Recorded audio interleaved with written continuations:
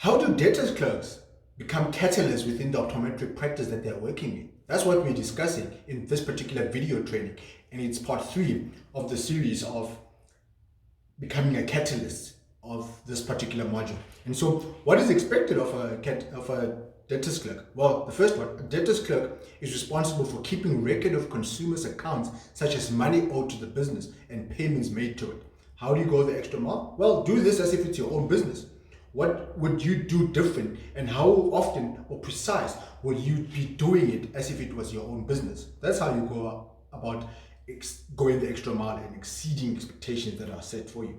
Well, number 2, debtors clerks, they are responsible for determining which accounts are overdue and initiates processes created to recover any outstanding balances, right? So that is what is expected of you. And so to go the extra mile, do this task as if it's your own business. Same thing applies. How would you go about, if this was your own business, how would you go about getting the money? What processes and systems would you putting in place? And so it's your job. No one should be checking up on you regarding this particular component.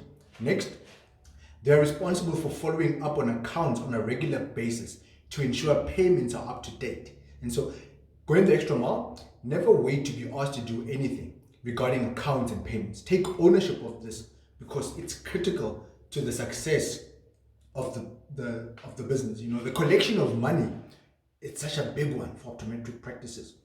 As a debtors clerk, some of the things that you should actually be creating and developing is the different policies and procedures that exist with regards the collection of money. What standard operating procedures should exist when it comes to appointment no-shows? Why don't you develop the approach that the practice should follow? When it comes to overdue accounts, what processes should be followed? So as a debtors clerk, you are the key person when it comes to the administrative components involved with regard to money in the practice. The collection of money is very, very important, not just only the revenue that the practice is making. So a practice could be making lots of revenue, but not collecting on that money.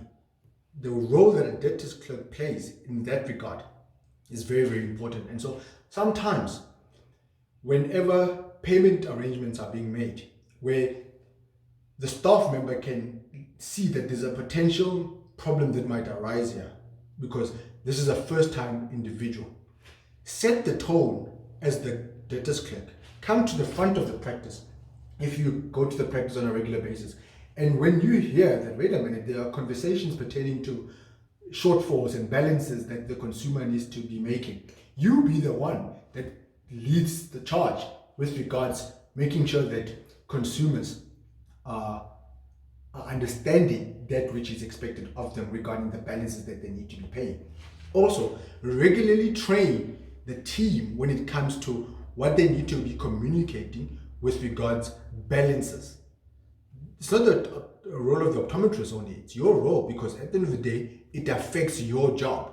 So part of going the extra mile is sitting down with the team and educating them, equipping them with the knowledge that they need to be communicating with the consumers whenever they're discussing pricing, quotations, shortfalls, balances that the consumer needs to pay to the practice. It's your responsibility.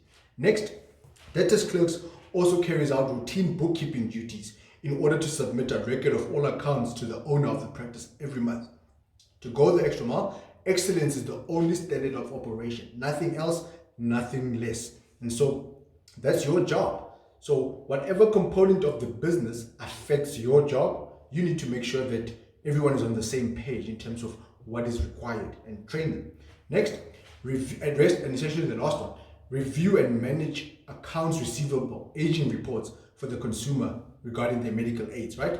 And so never wait to be reminded of this.